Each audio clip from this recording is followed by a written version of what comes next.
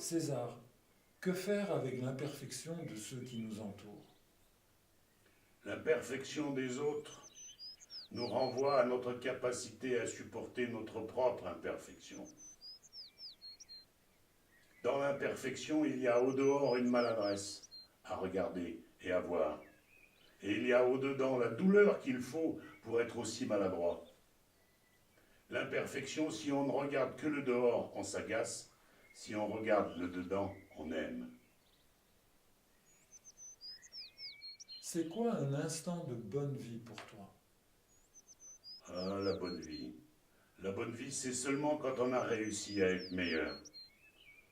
C'est le plus grand plaisir de l'espèce humaine. Être meilleur. Pourquoi ne pas renforcer ce qui va bien plutôt que de s'intéresser à ses douleurs? Parce que nous sommes naturellement dans le pire de nous-mêmes et rarement naturellement dans le meilleur de nous-mêmes. Et que ce qui a le plus à transformer, c'est le pire de nous-mêmes, pas le meilleur de nous-mêmes. Notre grandeur n'est que notre petitesse aimée. César, j'ai du mal à faire un vœu à la fin de la soirée. Peux-tu m'aider?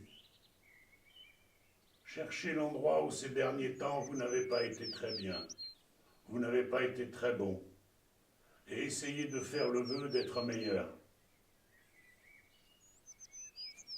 Qu'est-ce qu'une secte pour toi?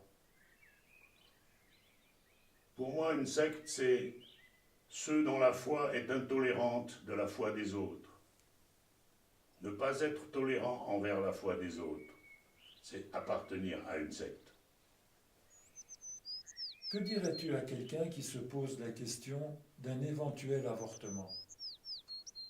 J'essaierai de savoir où est sa douleur, parce que ce n'est pas l'avortement qui serait le problème, c'est quelle est la nature de sa douleur, comment y répondre autrement que par un avortement ou d'une manière juste par un avortement. Comment bien vivre dans une famille recomposée avec les enfants d'un premier mariage de notre conjoint? Que ce soit les enfants d'un premier mariage, que ce soit les voisins, que ce soit ses propres frères et sœurs, l'imperfection des autres nous renvoie toujours à la manière dont nous ne supportons pas notre propre imperfection. Il n'y a rien d'autre.